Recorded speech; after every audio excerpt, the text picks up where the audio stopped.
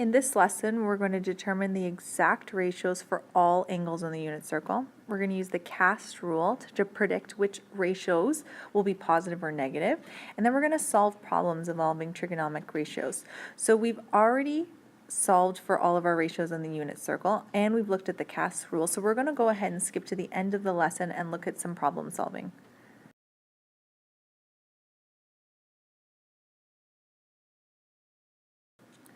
In our first example, it says that we're given the point 610, and it says that this point is on the terminal arm of an angle theta in standard position, and we're to find sine theta and cos theta. So we can't figure it out just by looking at it, so what we have to start off with is a quick sketch. So if we draw the point 610 on this grid, perhaps it's somewhere like this. And let's just fill in what we know about this. So if I just connect this, all right, so if this is the point 610, so we have 6 and then 10, then that means that this length must be 6 and this length must be 10. So we have a right angle triangle here, and this is our angle theta. And so now we're asked for sine of theta and cos of theta. So we know that sine of theta is going to equal opposite over hypotenuse. And we know that cos of theta is going to equal adjacent over hypotenuse. So if you take a look at our triangle that we have here, what we have is we have the adjacent side, we have the opposite side, but we don't have this hypotenuse. But we have a right angle triangle. So after we graph it out, we can see that we can find this hypotenuse just by using the Pythagorean theorem. We know that the Pythagorean theorem is just a squared plus b squared is equal to c squared. In this case, we'll call our c r, like radius of a circle. So let's fill in what we know. So we know that our a value is, let's say it could be 10. And our b, let's say that that one is 6. And our c has to be our radius. Okay, so simplifying, we have the left side is going to equal 136. Which is going to equal r squared. If we take the square root of it, we're going to be left with the square root of 136. This is equal to r. And let's find an exact value. So let's simplify this, root 136. Let's break it up into a perfect square root 4 and 34. So that's our equal to our r. We know we can break up root 4 into 2. So we're left with 2 root 34 is equal to r. So let's add that into our diagram. So we know that the radius is actually 2 root 34. And now we can find exact measures for the ratios of sine, cos, and tan. So our sine of this angle is going to be our opposite, length is 10, all over our hypotenuse, which is 2 root 34. And I know that I can simplify 10 divided by 2. I know that's just 5. So I can simplify this to sine of theta is equal to 5 over root 34. Okay, so now I could rationalize this denominator because I know I do have a radical in the denominator. However, it didn't ask me for that, so let's just skip that step for now. And let's finish up our cos. So try cos on your own and then check back in the video to make sure you've got an accurate answer. So once you've simplified adjacent over hypotenuse, you're going to have 3 over root 34 because we can simplify that 6 divided by 2, which is just 3. Next, we're going to work on a very similar problem. The only difference is now we're going to work in a different quadrant. So we're given the point -3, 2, and we're not asked to find a ratio, sine, cos, or tan. We're asked to find the value of theta. So first off, we've got to make a sketch. So the point -3, 2 is going to be in the second quadrant. So maybe it looks a little something like this. So let's draw our terminal arm. And I know that this is the point -3, 2, so -3, 2. So I know what my x value is here. This is going to be a length of -3, and my y, or height, is going to be a length of 2. And now it asks us to find theta. So we're looking for this angle here. So it says that the angle is in standard position, which means that we are going to measure it from the x-axis around counterclockwise until we hit the arm. So that's our theta. This leftover guy there, that's our related acute angle. So here's our principal angle, and in here is going to be our related acute angle. So let's label that here. So this guy right here is going to be the tiny little acute angle. So we have a right angle triangle here. We know we can solve a right angle triangle, and especially specifically solve for this angle by using SOHCAHTOA. So if we use SOHCAHTOA when we find our beta, then we can use that to find our principal angle theta. So let's go ahead and use our SOHCAHTOA skills to find this beta. So we know that we are given opposite and we are given adjacent, which means that we should use tan to solve for this. So we have tan of our beta angle is going to equal opposite over adjacent. So we'll write it out, opposite over adjacent. So we know that tan of beta is going to equal opposite, which is 2, over adjacent, which is -3. So just to note, before we put this into our calculator, because our next step is to take the tan inverse of both sides and solve for our beta. So we do tan inverse, tan inverse. When you take the tan inverse, sine inverse, or cos inverse of a negative number, sometimes you can get funny information that comes out of your calculator. So if you try this right now, if you try the tan inverse of -2/3, your calculator should give you -33.69. This is not the angle -33.69. This would be the angle -33.69. It's definitely going to be related. We know that this one must be 33.69 degrees approximately. But when you put in a negative answer, sometimes you can get the wrong quadrant because your calculator is not sure which quadrant you were talking about, because we know that tan is going to be negative in this quadrant as well as quadrant number 4. So we have to outsmart the calculator. So my trick is this. We're finding a ratio of a acute angle, so our beta, which really belongs in quadrant number 1. So we know that beta is really an acute angle that belongs in quadrant number 1, in which case both of these values should be positive. So when you're finding an angle, my suggestion is to make this a positive number and throw it into your calculator this way. So if you put into the calculator tan of this acute angle is equal to this, and you take the tan inverse, you're going to get the following. So let's rewrite it. So beta is going to equal tan inverse of 2/3, all positive. And when you throw that into our calculator, we'll get positive 33.69 degrees. And that we can make sense because this is 33.69 degrees. So if we know that this guy is 33.69 degrees, how can I find that guy?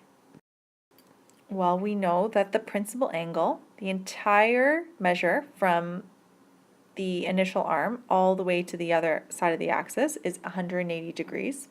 We know that this guy here is 33.69. So if we take 180 and minus 33.69, we're going to be left with the principal angle. So our calculations for theta is just going to be take 180 and subtract beta. So let's keep filling it in. Our theta is going to equal 180 minus 33.69 approximately. And so our theta is going to equal approximately 146.31 degrees. This angle we know is a reasonable number because this would bring us into the second quadrant, and that's exactly where we are.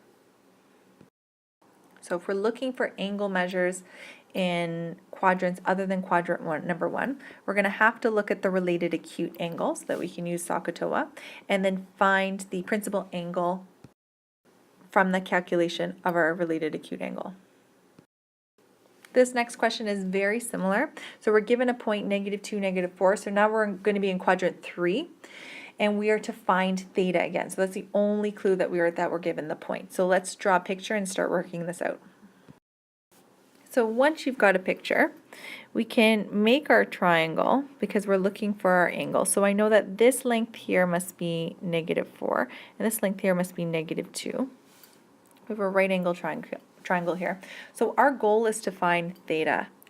which is our principal angle, and theta is going to look something like this. It's going to start on the positive x-axis. It's going to go counterclockwise until it hits the terminal arm.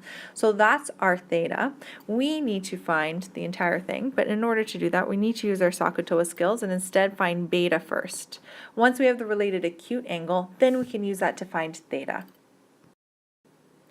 So just like last time, we're given our opposite and our adjacent side length. So we're going to use tan again. My suggestion is to find the tan inverse of that positive ratio so that you find an answer that will be in the first quadrant. So it will be a degree that's between 0 and 90, and then use that to solve. So try that on your own and check back in the video to make sure you've got an accurate answer. So if you use the positive ratio so that you find an angle measure in the first quadrant, you would get 63.43. So if you didn't use that, you could still get the correct answer.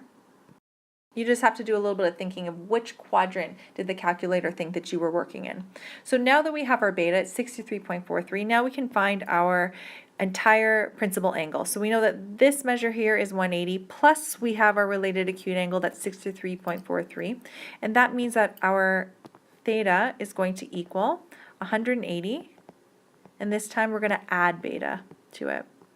So our final angle is going to be 180 plus 63.43, and that's going to give us a final measure of 243.43 degrees, which is our angle in standard position. Example number 4, I want you to try it on your own, very, very similar, and then check back in once you've gotten a solution to see if your answer is accurate.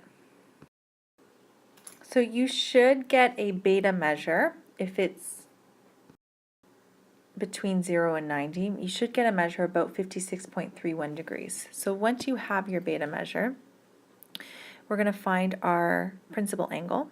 So we know that because it's in quadrant 4, we know that all the way around the circle is 360 degrees. And then we're going to back up whatever beta is. So we have 360 degrees, and then we're going to take away whatever our beta is, which is 56 degrees. And whatever we have left over, that's going to be our angle in standard position. So we have theta is going to equal, this time we're going to start with 360, and we're going to take away beta. So our final angle is going to be 360, and then minus 56.31 degrees, which will give us a measure of 303.69 degrees.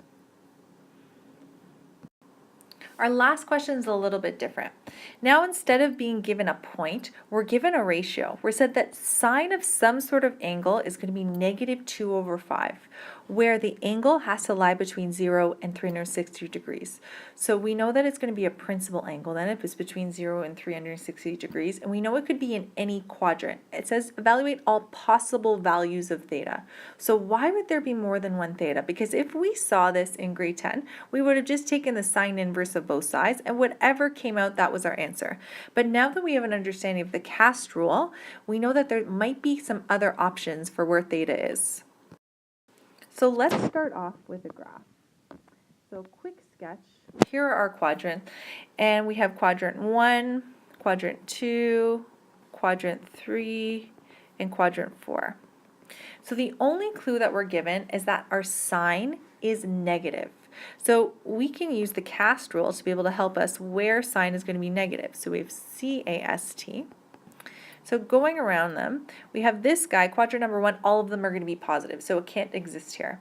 Here, sine is going to be positive, can't exist here either. Here, only tan is positive, which means that sine must be negative, so we're going to add a check mark here. We know it can be in quadrant 3, and how about the next quadrant? Here, only cos can be positive, which means that sine is negative, and so this angle could exist in quadrant 3 or quadrant 4. So before we solve this problem, we need to draw out the two possibilities. We have a possibility in quadrant 3 and we have a possibility in quadrant 4. And if you notice, I tried to make these mirror images of each other because we know this about the two angles. If they share the same ratio, that means their related acute angles must be exactly equal.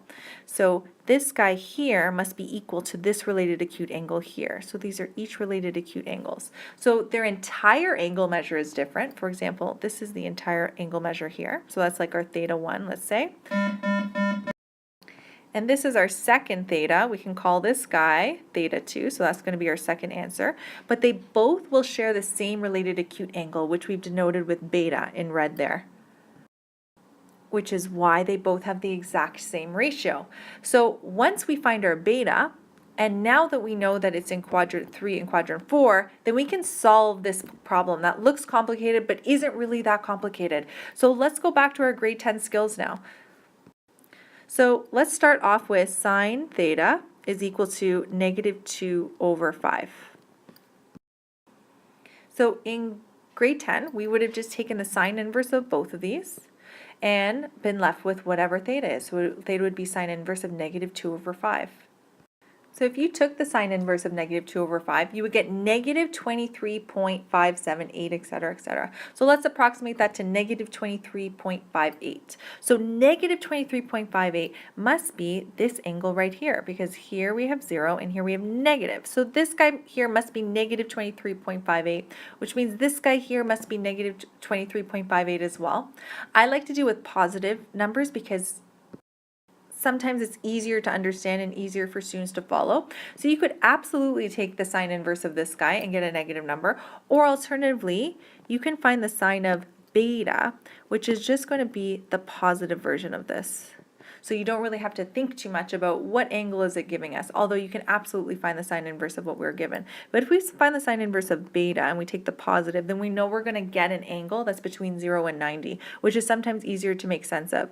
So if I take the sine inverse of 2/5, I'm going to get the angle measure of positive 23.58 approximately. So let's label this in red so we don't lose it. Okay, so if I know my beta measure, that means that I know this measure here and I know this measure here. So if I were to work on theta 1 first, theta 1 is in quadrant 3, which means it's going to be equal to 180 plus beta. If I were to look at theta 2, our second option for theta, we have it's in quadrant 4, which means it's going to be 360 and then minus beta. So let's work on theta number 1 first. So theta number 1 is going to be equal to 180 and plus beta. So our theta 1 is going to be 180 plus our related acute angle, which is 23.58, which is going to give us approximately 203.58 degrees. So that's our first angle, theta 1. Now let's work on our second angle, theta 2. So we know that this guy is going to be equal to 360, and then we got to backtrack beta, so minus beta. So our angle measure is going to be 360, and then take away our beta, which is 23.58, and that measure is going to be 336.42 degrees approximately. So let's just check if these answers are reasonable. Theta number 1 should be somewhere in the third quadrant, so it's got to be between 180 and 270. And 203 degrees is between 180 and 270. This guy's got to be in quadrant 4, which means it's got to be bigger than 270 and less than 360, and that's exactly what 336.42 is. So in grade 10, even if we didn't realize it, we were always given the restriction theta had to be between 0 and 180 or 0 and 90. But now we have the full 360 degrees to work with, and we know that the ratios are going to repeat themselves twice, which means that if we're given a ratio, we've got to figure out what quadrants could it possibly be in. Take a look at our restriction. If it can be in any quadrants, that means we're going to have usually two answers.